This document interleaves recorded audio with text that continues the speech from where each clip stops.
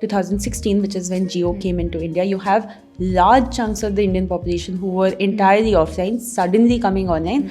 And you can see the change in how internet culture changed at that point of time. Colloquially, people like to call it cringe content, which is what was coming on Indian TikTok. But these are people from a different class getting access to the internet and being like, this is what we will make. So I think it's a two-way exposure, both getting to put yourself out there and then what you get to see. I think now there's increasingly this conversation about the next generation of kids, like people who are being born now, to be raised screen-free. I think in that conversation there is a potential for a class gap to emerge, because if you want to raise your kids screen-free, which means you give them some other way of entertainment, for a child that means you. I think the second you do that, you say that one parent has the time freedom to be present for the child, which means they're either working flexibly or are not working at all, which a lot of households today, which are dual income households, because that's the only way to survive, will not be able to do.